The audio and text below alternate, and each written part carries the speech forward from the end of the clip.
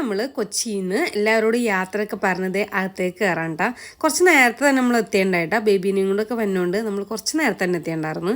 വാപ്പി അവിടെ എമിഗ്രേഷൻ്റെ ടൈമിലാണെങ്കിലും കുഞ്ഞോള് എയർപോർട്ട് ചുറ്റിക്കറങ്ങണതിൻ്റെ തിരക്കിലാണ്ടാ. ബേബിമാർക്ക് വേണ്ടി വീട്ടിൽ നിന്ന് ഉമ്മിച്ച് പഴംപൊരിയൊക്കെ പാർസലാക്കി തന്നു വിട്ടുണ്ടായിട്ടാ. അത് ഇതേ എടുത്തു കൊടുക്കണ രംഗോണി കാണുന്നത് കണ്ടപ്പോൾ തന്നെ പുള്ളിക്കാരി പറഞ്ഞ് നോ.